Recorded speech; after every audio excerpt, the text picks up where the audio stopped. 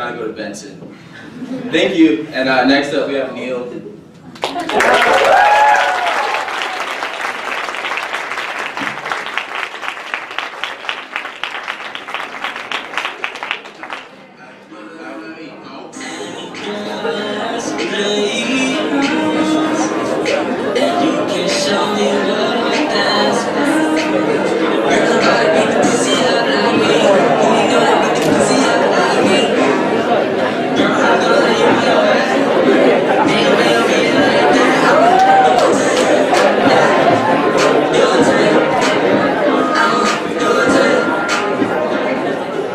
What up, Santa Clara?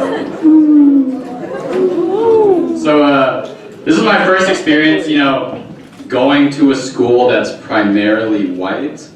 I grew up in the Bay. Everyone I've ever met, all the people I've ever known, everyone's been Asian.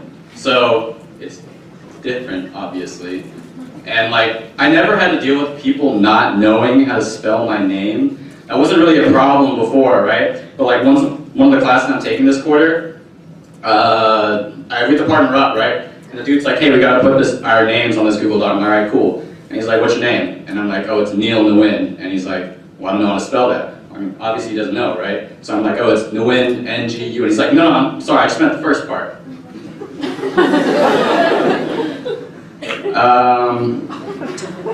On Mother's Day, I made my mom some breakfast with my brother and sister. And I don't know, maybe it's just me, but that's a weird experience to me. It made me feel like an adult, cooking something for my mom. It's crazy. Cooking with the same things that your mom used to use so long ago to hit you. Not the stove, Mom.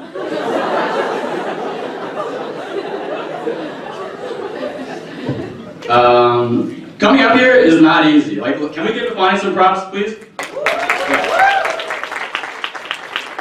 Making jokes, thinking of your own things, working out, and coming on stage to perform it is not easy. Everyone puts a lot of effort into thinking of their own jokes. The internet has kind of ruined jokes. Everyone's heard everything, everyone's seen everything. You really have to make your jokes your own. So one of my favorite jokes right now that I put a lot of work into, it goes like this. So I think Santa Clara kind of has a diversity boner. And I see myself in a lot of pictures for events I don't even go to. I imagine the photographers, they're like, golly gee, there's a black man. I actually don't know where to go with that joke. I need to work on it more. It's still in my head. Does anyone here read their emails? I don't know why email reading got a woo. But last quarter, there was an LGBTQ plus prom. Pretty cool, right? Except, yes, woo. Except the headline for the email was Happy Thursday Broncos. Happy Thursday? Okay. From my understanding, aren't gay people gay every gay? Not just Thursday, Monday, Tuesday, Wednesday. Okay. I'm done. Parties can be hard. People party a lot at school, and they're not easy. You have to kind of get used to it. Mingling's not easy. Imagine you're at your first party, and everyone's kind of talking and hanging out, and you're just talking to your one friend there, and you're telling them some random anecdote, and out of nowhere, everybody gets really quiet, and they're all listening to you. They unintentionally give you the spotlight, and you're like, oh shit, I gotta make this work. And then you finish your crappy story. Nobody thinks it's funny. It's just really quiet. That doesn't happen to me though, right? It doesn't happen to me.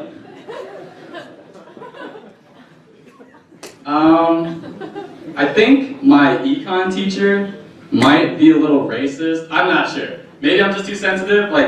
One of our first lessons, she's teaching us about opportunity cost, and she decides to throw in this little tidbit. She's like, oh, did you know that the Japanese don't actually export that much rice? And everyone kind of laughs, I guess that's funny, but maybe not racist yet, right? But then she goes even further, and she's like, hey, inferior goods, ramen, you guys know about ramen? My daughter, she likes to eat ramen a lot, and she puts an egg in it because of her Chinese boyfriend. Isn't that kind of gross? Okay, lady, I guess you don't know how to eat ramen, right? And still not racist yet, right? And then she's like, hey, yo, ching chong. I'm like, holy shit. You cannot not just say ching chong. Oh my god. But she was actually talking to the dude behind me. But who names a white guy ching chong? And the dude's like, no, it's chong ching. I don't like that. God damn. Does anyone know what Ask Reddit is? Alright, nobody. It's like a forum where you ask questions and a bunch of people answer, right? And one of the questions I saw there, it was, what is the best way to ruin your life? And the most popular comment that went all the way to the top, it was something shitty. It was like, get your heart broken. What kind of fucking 10-year-old put that shit up there? And who put it up? Like, there are so many things worse than getting your heart broken. Like, I don't know, getting addicted to heroin, that's way worse. Or, paying $17K a quarter for a mediocre school, come on, that could ruin your life easy. Going to school, I learned a lot about what I like to call dude bro culture. Does everyone know about the dude bros here? There's a lot of them. I learned that there are different forms of greeting that they have, that they do to one another. Sometimes they go for the handshake, it's like, shake hands, what's up bro, the handshakers. And sometimes they go for the fist bump, what's up, the fisters. And there's a super secret form all the way to the top. It's how they actually communicate and tell each other secrets and stuff. It's like the half handshake, half hug. You guys know what I'm talking about, right? Where you go in for this, and you pull them in, and you pat them on the back. It's kind of weird, but it's also cute. But I learned that when they do that, they actually whisper secrets into each other's ears.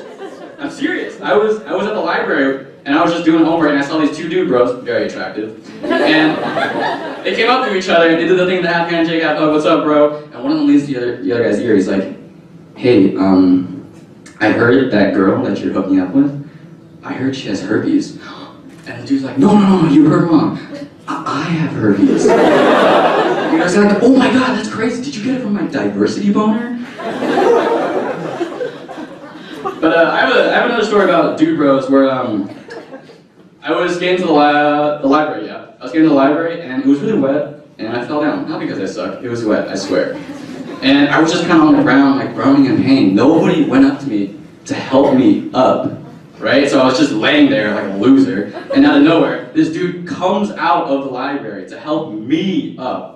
Just to help me up. It was a dude bro. And he's like, what's up bro, are you good? I'm like, thanks man. And he pulls me up and he's like, be careful, it's slippery, don't want you hurting yourself. I'm like, yeah, thanks. And he's like, right on brother. And he gives me the fattest kiss on the lips. The fattest kiss on the lips. And I was like, oh my god, Father Ang, you're being awfully friendly today. Oh my god.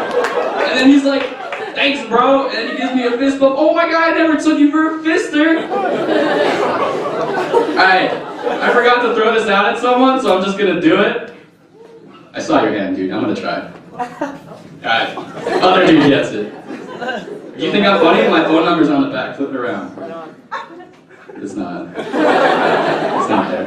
Okay, up next we have, he has the worst voice in this club, but he's really funny. You probably know him. Matthew Coe.